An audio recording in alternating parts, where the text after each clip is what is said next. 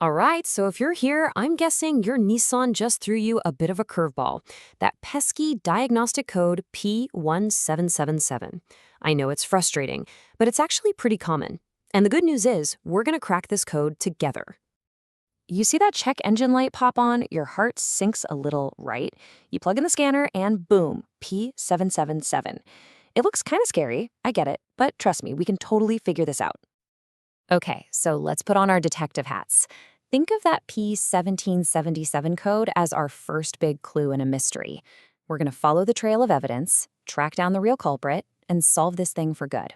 You ready? Let's do it. First things first, every good detective knows you've got to understand what the clue is telling you. So what in the world is a P777 code anyway? Okay, so what we're looking at here is something called the step motor circuit. Now, that sounds super technical, I know, but just think of it like a telephone line. On one end, you have the transmission's brain, that's the TCM, and on the other end, you have this really important part called the step motor. This code basically means they're static on the line.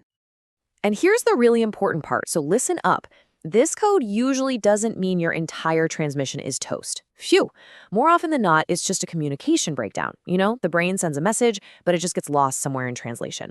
So let's take a quick look at how it's supposed to work when everything's running right. Okay, so in a perfect world, it's super simple.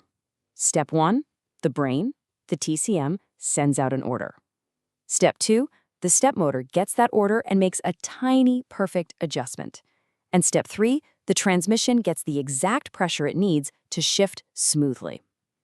When that P1777 code pops up, it means there's a hiccup somewhere in that chain of command. Okay, we've decoded the clue.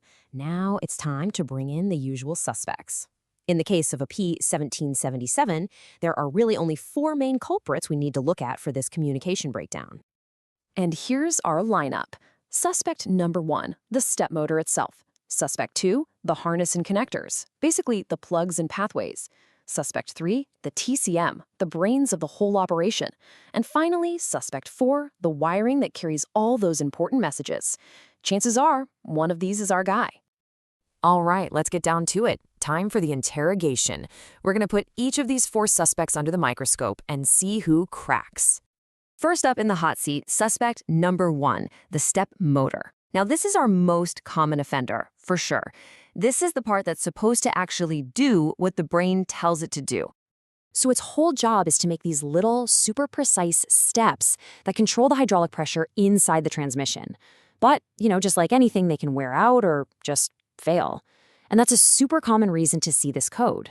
If the motor's the problem, well, the solution is pretty straightforward. You gotta replace it. Okay, next suspect. Let's talk about the harness and connectors. Just think of these as all the plugs and cables that connect everything together. And this is where a physical problem can cause a computer error code.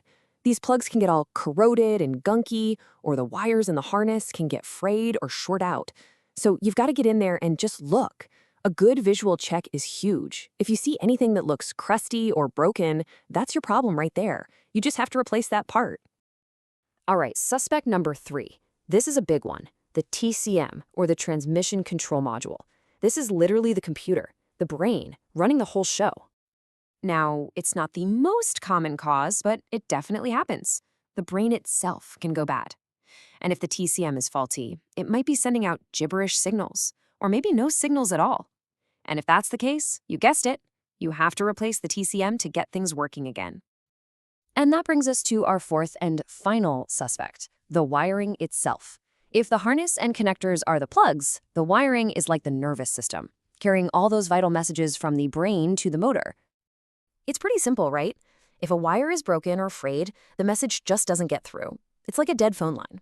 And that will absolutely set off the P1777 code. The fix here is to have a mechanic trace all the wiring, find the break, and get it repaired.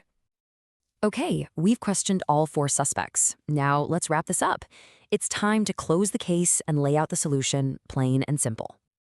And really, what this all comes down to is pretty simple. There's a straight line from the problem to the solution. If the motor is bad, you replace the motor. If a connector is busted, you replace the connector. See? It's just a logical process of elimination. You find the broken part and you fix or replace it. So there you have it. The mystery of the P1777 code? Well, it's not so mysterious anymore, is it? By systematically checking these 4 things, the motor, the connectors, the computer, and the wires, you or your mechanic can track down exactly what's wrong and get your Nissan back on the road running like it should. So now you've got the complete case file. You know the clue, you've met the suspects, and you know how to solve the crime. The only question is, which suspect are you going to investigate first? Thanks for sticking with me, and good luck cracking your case.